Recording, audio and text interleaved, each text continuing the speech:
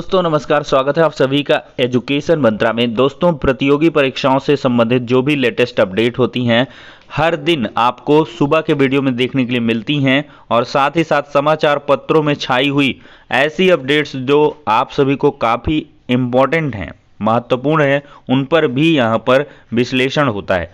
तो चलिए दोस्तों बिना किसी देरी के वीडियो को स्टार्ट करें, लेकिन इसके पहले सुपर टेट की प्रिपरेशन करने वाले छात्रों के लिए एक छोटी सी इन्फॉर्मेशन। आज हम बात करने वाले हैं सुपर टेट 2022 की बेस्ट बुक के बारे में जो चक्षु पब्लिकेशन की है। अगर इस पुस्तक की खास बात करें तो 5000 से अधिक इसमें बहुविकल्पीय प्रश्न आपको उपलब्ध करवाए गए हैं। ये पुस्तक आपको ऑनलाइन और ऑफलाइन दोनों मोड में अवेलेबल है। ऑनलाइन के लिए लिंक डिस्क्रिप्शन बॉक्स में और ऑफलाइन के लिए किसी भी नजदीकी बुक स्टॉल पर कॉन्टैक्ट कर सकते हैं। इस पुस्तक की अगर हम खास बात करें तो हर एक टॉपिक के लिए प्रॉपर जो थियरी है उपलब्ध करवाई गई है और इसके बाद बहुत सारे प्रश्नों को प्रैक्टिस के लिए उपलब्ध करवाया गया है। इतना ही नहीं, ये पुस्तक के साथ ही साथ आपको एक प्रैक्टिस वर्कबुक भी चक्षु पब्लिकेशन की तरफ से दी गई है, जिसके आधार पर आप अपनी प्रिपरेशन को और ज्यादा बूस्ट कर सकते हैं, जिसमें 3000 से अधिक बहुविकल्पीय प्रश्न, 20 प्रैक्टिस सेट और 2 सॉल्व पेपर भी उपलब्ध करवाए गए हैं। तो देर किस बात की, चक्षु पब्लिकेशन की बेस्ट बुक के साथ अपनी प्रिपरेशन को बूस्ट करें। दोस्तों एक लंबा इंतजार अब खत्म होने वाला है और आज योगी सरकार की जो तस्वीर है वो साफ हो जाएगी और सरकार बनते ही किन कामों में तेजी आएगी, कौन से विभागों में भर्तियां होंगी और क्या कुछ रोड मैप तैयार हो चुका है, इस पर भी हम चर्चा करने वाले हैं।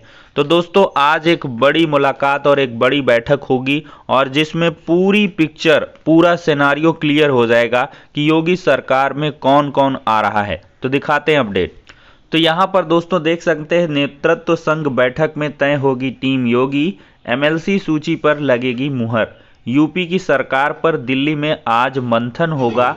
देखा जाए तो यूपी सरकार के गठन की उल्टी गिनती शुरू हो गई है। प्रदेश में नई सरकार के गठन और मंत्रिमंडल को लेकर बुधवार को दिल्ली में महत्वपूर्ण बैठक होगी। बैठक में विधान परिषद की 36 सीटों पर प्रत्याशियों की सूची पर मुहर भी लगेगी।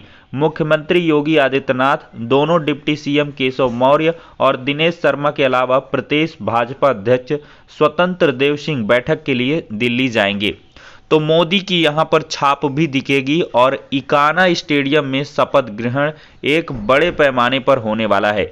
देखा जाए तो शपथ ग्रहण समारोह को बेहद भव्य बनाने की जो तैयारी है वो शुरू हो गई है। यह समारोह इकाना स्टेडियम में होगा। इकाना स्टेडियम का निरीक्षण भी किया गया है। शासन ने एलडीए से इकाना स्टेडियम के आसपास की सड़कों को दुरुस्त करने के लिए कहा है। समारोह में पीएम नरेंद्र मोदी भी शामिल होंगे और ऐसा माना जा रहा है कि सभी जिलों में बाकायदा इसको दिखाया जाएगा। एक बड़े पैमाने पर इसकी वेबकास्टिंग की जाएगी और इसको पूरा समूचा उत्तर प्रदेश ही नहीं पूरा देश देखेगा। इस शपथ ग्रहण समारोह को काफी भव्य और आकर्षक ये शपथ ग्रहण समारोह होने वाला है। तो दोस्तों अगर देखा जाए तो 273 सीटों पर भारतीय जनता पार्टी और उसकी सहयोगी पार्टियों ने विधानसभा के चुनाव में जीत हासिल की है और 255 सीटों पर भारतीय जनता पार्टी ने अकेले दम पर विजय प्राप्त की है। यह संख्या ही सदन में बहुमत के लिए पर्याप्त है। तो आप देख सकते हैं कि योगी सरकार का जो डंका है वो किस प्रकार से इस बार बजा है। उत्तराखंड की अगर हम बात करें तो शाह नड्डा से मिले पुष्कर सिंह धामी। तो ये बहुत ही जल्द क्लियर हो जाएगा कि मोदी जी की टीम में अब कौन कौन रहेगा। तो पार्टी सूत्रों की माने तो शाह 19 मार्च को लखनऊ आ सकते हैं। उन्हीं की मौजूदगी में भाजपा विधायक दल की बैठक में नेता चुना जाएगा। नेता चुने जाने के बाद राज्यपाल के समक्ष सरकार बनाने का दावा पेश होगा और 19 को बैठक होने की स्थिति में 21 और यदि 20 को विधायक दल की बैठक हुई तो शपथ ग्रहण 22 को हो सकता है। मतलब 21 मार्च या 22 मार्च को शपथ ग्रहण हो जाएगा योगी आदित्यनाथ जी का। अब देखा जाए तो भाजपा सरकार प्रचंड बहुमत से आई है, तो सबसे पहला काम 18 मार्च 19 को होली है, तो इससे पहले लोगों को मुफ्त में सिलेंडर की जरूरत होगी। योगी आदित्यनाथ 21 मार्च तक शपथ ग्रहण करते हैं, तो ऐसे में शपथ ग्रहण से पहले ही योगी को अपना ये वादा पहले पूरा करना होगा। देखा जाए तो इसके अलावा बीजेपी ने कई चुनावी वादे किए थे। किसानों, युवाओं, महिलाओं, कामगारों से लेकर हर वर्ग तक को फायदा पहुंचाने की बात की थी। छात्रों, शिक्षकों, कर्मचारियों के लिए भी यहां पर बड़े बड़े वादे किए थे। तो यहां पर छात्रों, युवाओं, शिक्षकों, कर्मचारियों के लिए ये बात हुई थी कि सरकारी विभागों में समस्त जो रिक्त पद हैं उनको भरा जाएगा और हर परिवार, फैमिली के एक सदस्य को रोजगार या स्वरोजगार उपलब्ध कराएंगे। 2 करोड़ टैबलेट, लैपटॉप युवाओं को मुफ्त में देंगे। सरकारी स्कूल, कॉलेजों के में खेल इंफ्रास्ट्रक्चर को विकसित करेंगे। सरकारी खेल प्रशिक्षण अकादमी में खिलाड़ियों को मुफ्त किट उपलब्ध कराएंगे। प्रत्येक ग्राम पंचायत में जिम और खेल की सुविधाएं उपलब्ध होंगी। ऑपरेशन कायाकल्प के अंतर्गत सभी प्राथमिक विद्यालयों में बच्चों के अनुकूल फर्नीचर जैसे टेबल, बेंच आदि उपलब्ध होगा। स्मार्ट विद्यालयों के रूप में भी इनको विकसित किया जाएगा। माध्यमिक विद्यालयों में नवीकरण मिशन शुरू होगा, जिसके अंतर्गत प्रदेश के 3000 माध्यमिक विद्यालयों में बुनियादी जो ढांचा है उसका नवीनीकरण किया जाएगा। तो ऑडियो वीडियो प्रोजेक्टर के साथ स्मार्ट क्लासरूम का निर्माण करने, पुस्तकालय का निर्माण करने, कंप्यूटर लैब और आर्ट रूम का निर्माण किया जाएगा। वाईफाई की सुविधा होगी। हायर एजुकेशन रेनोवेशन मिशन शुरू होगा और प्रत्येक महाविद्यालय में आधुनिक सुविधाओं से युक्त स्मार्ट क्लास की व्यवस्था की जाएगी। तो ये ऐसे चुनावी वादे हैं जिन पर काम सबसे तेजी से होगा। एक बिंदु ही यहाँ पर सबसे इम्पोर्टेंट है, वो भर्तियों के संबंध में है कि सभी विभागों में रिक्त पदों को भरने की यहाँ पर योगी सरकार ने बात की थी। तो देखते हैं पहली कैबिनेट मीटिंग में क्या इस बिंदु पर ज़्यादा फोकस होता है कि और अन्य जो बिंदु हैं जैसे फ्री में टैबलेट, मोबाइल, लैपटॉप बांटने का हो गया, स्कूटी बांटने का, ये मुद्दे ज़्यादा प्रभावी रहेंगे कि सरकारी विभागों में जितने भी रिक्त पद हैं उनके लिए सेपरेटली कोई यहाँ पर आदेश भी आ सकता है। क्योंकि एक लाइन तो लिखी है कि सभी जो भी विभाग हैं उनमें रिक्त पद हैं उनको भरा जाएगा, तो एक बिंदु ही काफ़ी होता है। ऐसे में बहुत सारे विभाग हैं और सबसे बड़ा और अहम है बेसिक शिक्षा विभाग, जिसमें अभी लाखों पदों पर भर्तियां होनी हैं। माध्यमिक शिक्षा विभाग हुआ, एलटी ग्रेड हुआ, यूपी ट्रिपल एससी हो गया, उच्चतर शिक्षा सेवा चयन आयोग हो गया, इसमें भी बहुत सारे पद हैं। पुलिस विभाग में 26 से 27 हज़ार पदों पर भर्तियां होनी हैं और साथ ही साथ पीसीएस 2022 का नोटिफिकेशन आना है। तो ये ऐसे बहुत सारे जो जॉब अपॉर्चुनिटी हैं जिन पर कार्य बिल्कुल से होने वाला है।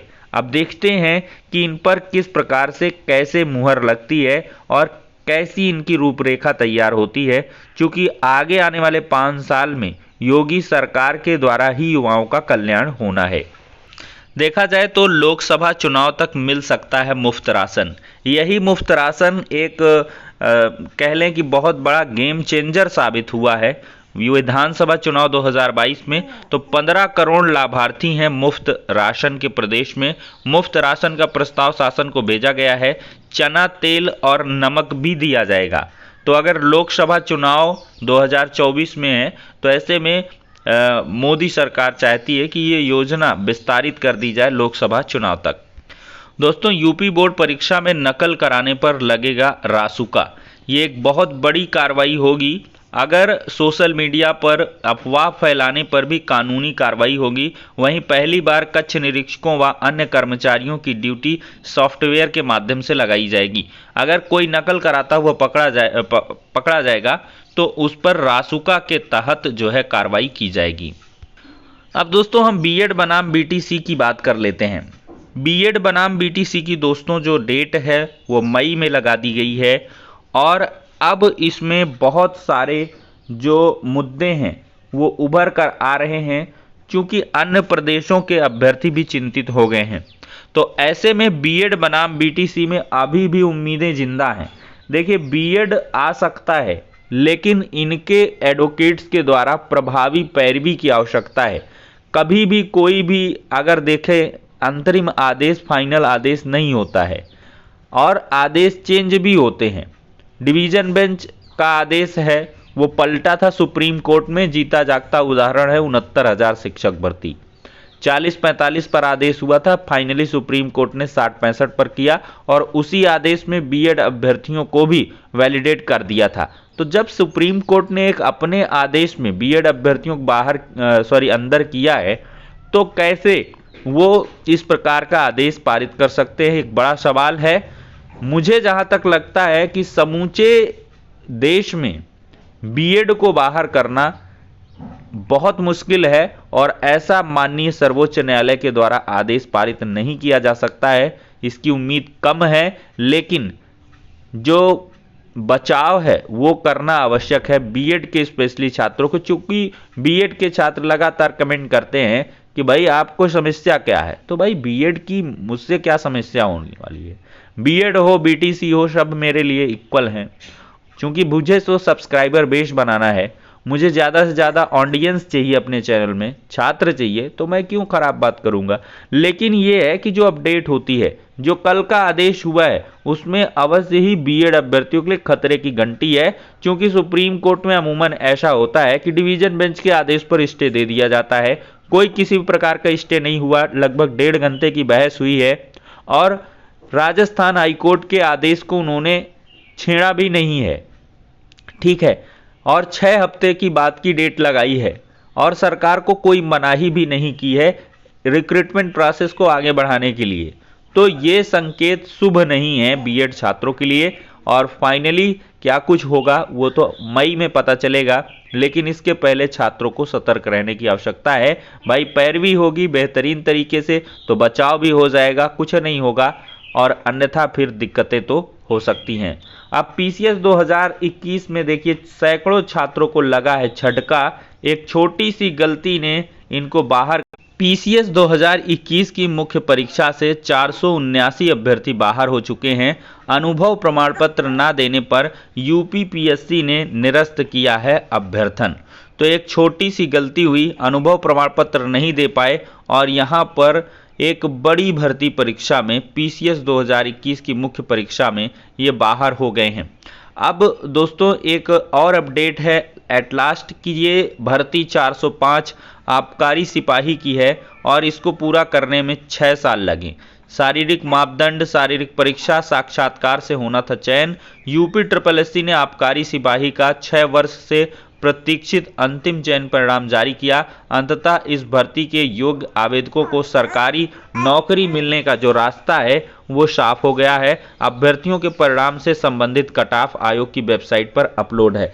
तो दोस्तों यहाँ पर 6 साल लग गए, तो आखिरकार इस 6 साल की समय बर्बादी के पीछे कौन जिम्मेदार है, कौन दोषी है? क्या हमारा सिस्टम ही ऐसा है कि एक 400-500 पदों की भर्ती है और आप 6-6 साल लगा रहे हो?